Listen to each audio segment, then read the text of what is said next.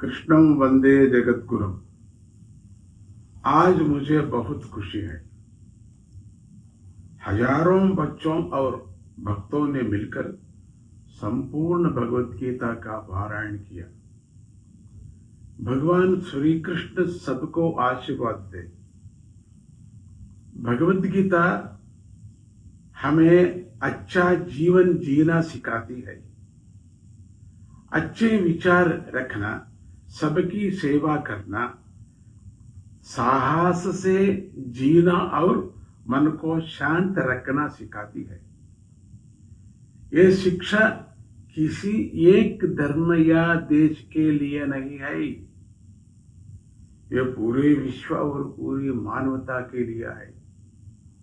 वसुदैव कुटुंबकम का मतलब पूरा विश्व को एक परिवार जैसा देखना है। आज हमने विश्व शांति, हर परिवार के सुख और सबके कल्याण के लिए प्रार्थना की।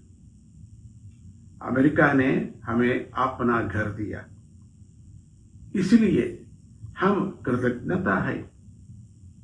अमेरिका सुखी रहे, भारत सुखी रहे, पूरा विश्व शांति और प्रेम से रहे।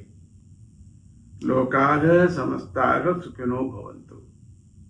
ओम शांति शांति शांति। God bless America, God bless India, God bless the world, the God bless all Bhagavad Gita पारायण लोगों के लिए भी अच्छा आशीर्वाद। और नया नया लोग आना सीखो। ये महायज्ञ से आप सब लोग मिलकर करना है, विश्व शांति होता है। कृष्णं वंदे जगद्गुरु। जय गुरुदेव।